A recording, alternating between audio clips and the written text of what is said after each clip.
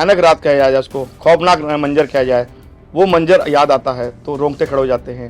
जो गणमान्य व्यक्ति थे उनको लगातार कॉल की, लेकिन उनके नंबर स्विच ऑफ थे, यानी कि स्विच ऑन मतलब प्री प्लान। बच्चों से लेके महिलाएं सब इन्वॉल्व थे इसमें। सच्चाई ये कि उन्होंने महिला को आगे किया था और पुरुष ने उसका महिला को टारगेट बनाया था, लेकिन निशाना पुरुषों ने किया है, लेकिन महिला को ने आगे इसलिए क्या किया, कल को कोई महिलाओं पे आरोप लगाया कि और उल्टा मुकदमा लगाए, लेकिन महिलाओं के साथ कोई अर्पणता नहीं करी पुलिसकर्मी द्वारा। नमस्कार, मैं हूं आपके साथ सृष्टि श्रीवास्तव। हल्द्वानी, इस वक्त ये नाम ही अपने में बहुत कुछ बयां करता है। अचानक से खबर आती है, आप भी बेशक चौंक गए होंगे जब पता चलता है कि हल्द्वानी में 200 से ज्यादा लोग घायल हो गए, कई लोगों की मौतें हो गई।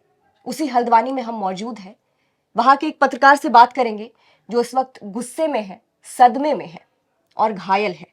सबसे पहले तो नाम क्या है आपका, पहले वो बताइए। मुकेश सक्सेना जी मुकेश जी, कैसे सब कुछ शुरू हुआ? क्योंकि हम लोग तो बस विजुअल्स ही देख पा रहे थे, वहीं से जज कर पा रहे थे, लेकिन आप वहां मौजूद थे, आपकी स्थिति बहुत कुछ बता रही है, कुछ एक्सप्लेन नहीं कर सकते, क्या कुछ हुआ आप बताइए। बिल्कुल, जिस तरह से घटना घटी है, 8 फरवरी की एक रात, भयानक रात कहा जाए, उसको खौफनाक मंजर कहा जाए, वो मंजर याद आता है तो रोंगटे खड़े हो जाते हैं।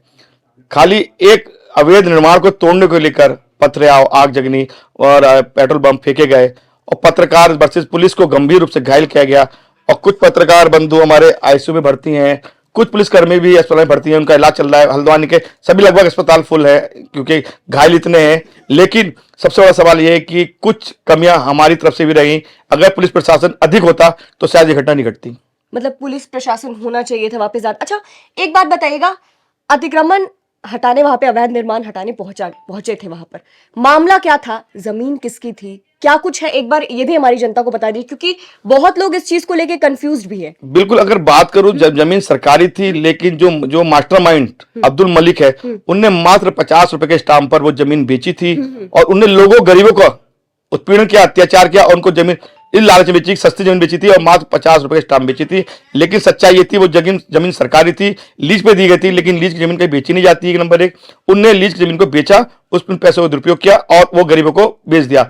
लेकिन जब प्रशासन द्वारा हाईकोर्ट में आदेश की अपील की, उसके बाद हाईकोर्ट के बाद आदेश आता है तोड़ने का, उसके तोड़ने के दूसरे गण को लेकर जब पहुंचे थे, उसके बाद ही बवाल हो गया। अच्छा, कहा जा रहा है कि एक समुदाय इसमें इन्वॉल्व था, तो रोक भी तो सकते थे जो भी उनके गुरु थे। ये भी कहा गया कि कुछ लोगों ने फोन ही स्विच ऑफ कर लिया। हाँ। तो मामला कैसे बढ़ता?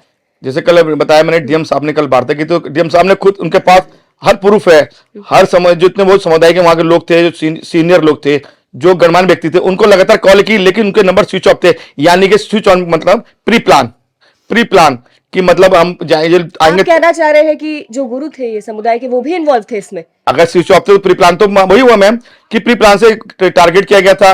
अतिक्रमण तोड़ने के बाद तुरंत ही जैसे पुलिस और पत्रकार और नगर निगम कर्मचारी बाहर निकले, उनको बाहर निकलने नहीं दिया। इतने पथराव, इतने पेट्रोल बम के गोलेबाजी, थाना फूका, पुलिसकर्मियों को घायल किया, महिलाओं को घायल किया, महिलाओं की चीखें पुकारी अगर सुनती आप तो मैम आपके भी रोंगटे खड़े जाते। और शायद ऐसा कोई पुलिसकर्मी या पीएससी जवान कोई भी नहीं बचा है इस हालत से, जो हालत उन्होंने की है। महिलाओं से याद आया, एक वीडियो बड़ा तेजी से वायरल हो रहा है हल्द्वानी का ही, जिसमें कुछ महिलाएं हैं और वो एक पुलिस वाले को घेर रही है, उनको जबरदस्ती रोका जा रहा है कि आप हटिए साइड से।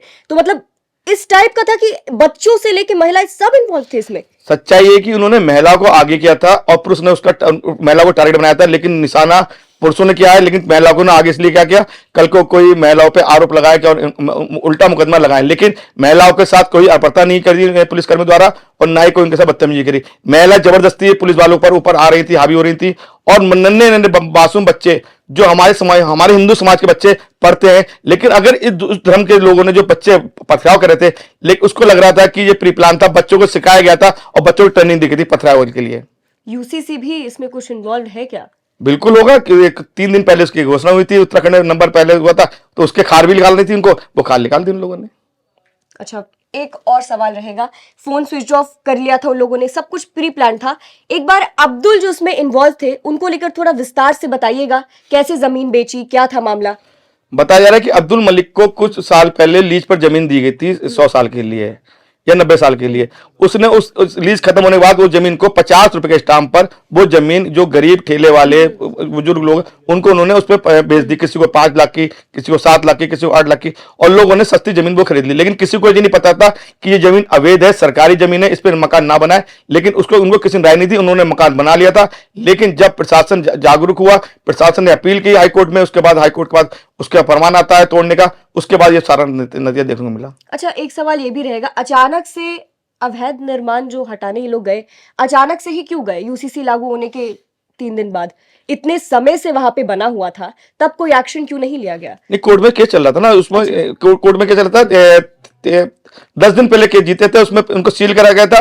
फिर उसके बाद 8 तारीख को सुबह 3 बजे आदेश आया और शाम को 4 बजे को दस्तखत का कार्यक्रम शुरू हो गया था। जिन लोगों ने आप पे हमला किया, आप जानते थे उनको?